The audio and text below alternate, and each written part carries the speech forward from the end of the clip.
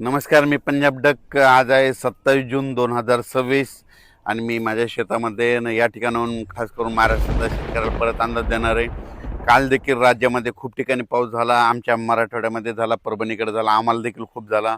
आम्हाला वापसा नसल्यामुळे आमच्या पेरण्या राहिल्या. पण राज्यात मात्र सोलापूर जिल्हा आणि त्याच्यानंतर धाराशिव लातूर जिल्ह्यातल्या शेतकऱ्याचे फोन आले, आमच्याकडे अद्यापही पाऊस नाही.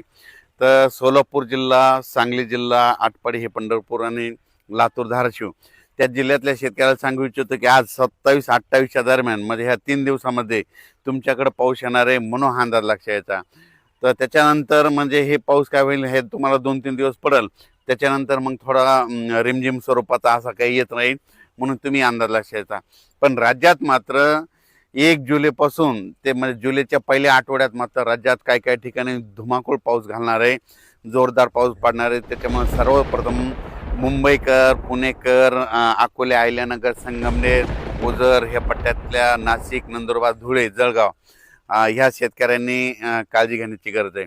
कारण की जुलैच्या पहिल्या आठवड्यात मुंबईकडे देखील मुसळधार पाऊस पडणार आहे, काही ठिकाणी अतिवृष्टी होईल, म्हणून हे देखील सर्व शेतकऱ्यांनी लक्षात घ्यायचं. पुण्याकडे देखील अतिवृष्टी होईल, मुसळधार पाऊस पडणार आहे जुलैच्या पहिल्या आठवड्यात, म्हणून हे देखील त्यांनी लक्षात घ्यायचं. त्याच्यानंतर संगमनेर, अकोला, त्याच्यानंतर शिर्डी, राहता, कोपरगाव, वैजापूर, गंगापूर, त्याच्यानंतर इकडं फुलंब्री ह्या पट्ट्यामध्ये देखील काय होणार आहे, ते जुलैच्या पहिल्या आठवड्यात मात्र त्यांच्याकडं मात्र मुसळधार पाऊस पडणार आहे, म्हणून हा त्या अंदाज त्यांनी लक्षात येतात.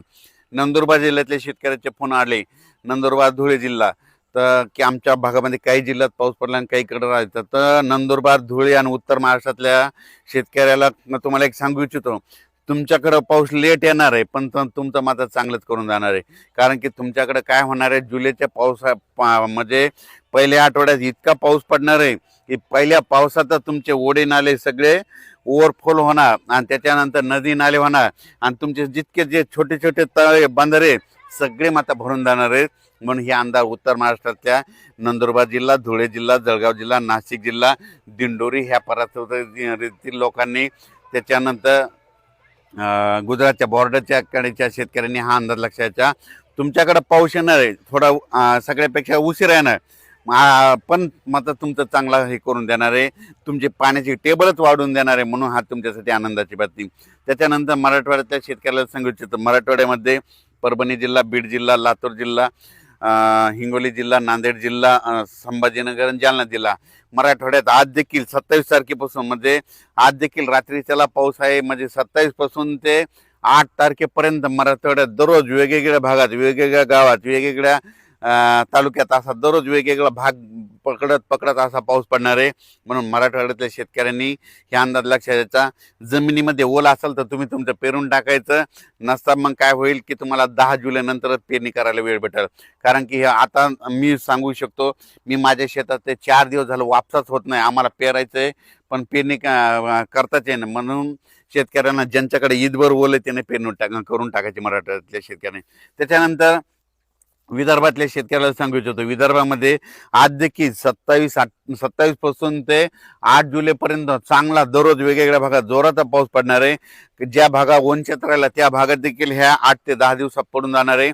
म्हणून ज्यांची पेरणी ईदभर ओल असेल ते विदर्भातल्या वर्धा जिल्हा, नागपूर जिल्हा, भंडारा जिल्हा, यवतमाळ जिल्हा, वाशिम जिल्हा, हिंगोली जिल्हा, अकोला जिल्हा, अमरावती जिल्हा, बुलढाणा जिल्हा, त्या शेतकऱ्यांनी काय करायचं, जमिनीत ओल झाली तर तुम्ही तुमची पेरणीची काळजी करून टाकण्यास काही हरकत नाही, म्हणून हेच देखील विदर्भातल्या शेतकऱ्यांनी लक्षात घ्यायचं.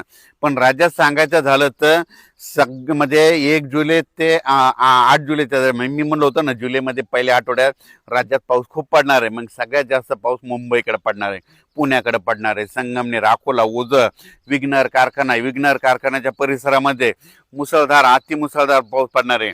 त्याच्यानंतर अहिल्यानगरचे जे वरचे धरण आहेत, निळवंडे धरण झालं, गंगापूरचं धरण झालं, म्हणजे जे कॅचमॅट एरियामधले म्हणजे उत्तर महाराष्ट्राकडे काय होणार आहे, जुलैच्या पहिल्या पावसाळ्यात खूप पाऊस पडणार आहे, त्याच्यामुळे नदीला पूर येणार आहे, त्याच्यामुळे बऱ्याच मोठ्या धरणामध्ये आवक यायला सुरुवात येणार आहे. म्हणून हा अंदाज सर्व शेतकऱ्यांनी लक्षात घ्यायचा. शेतकऱ्याला सांगू इच्छितो, शेतकऱ्यांना ज्या भागात अद्यापही पाऊस आलेला नाही तर म्हणजे ह्या 27, 28, 29, 30 ह्या 4 दिवसात येईल. पण त्याच्यामधून जर काही गावावर जर उरले तर 1 जुलै ते 8 जुलैमध्ये पाऊस पडणार आहे आणि त्या शेतकऱ्याची पेरणी होणार आहे. म्हणून शेतकऱ्यांनी घाबरून न जाता ही हे अंदाज लक्षात घ्यायचा.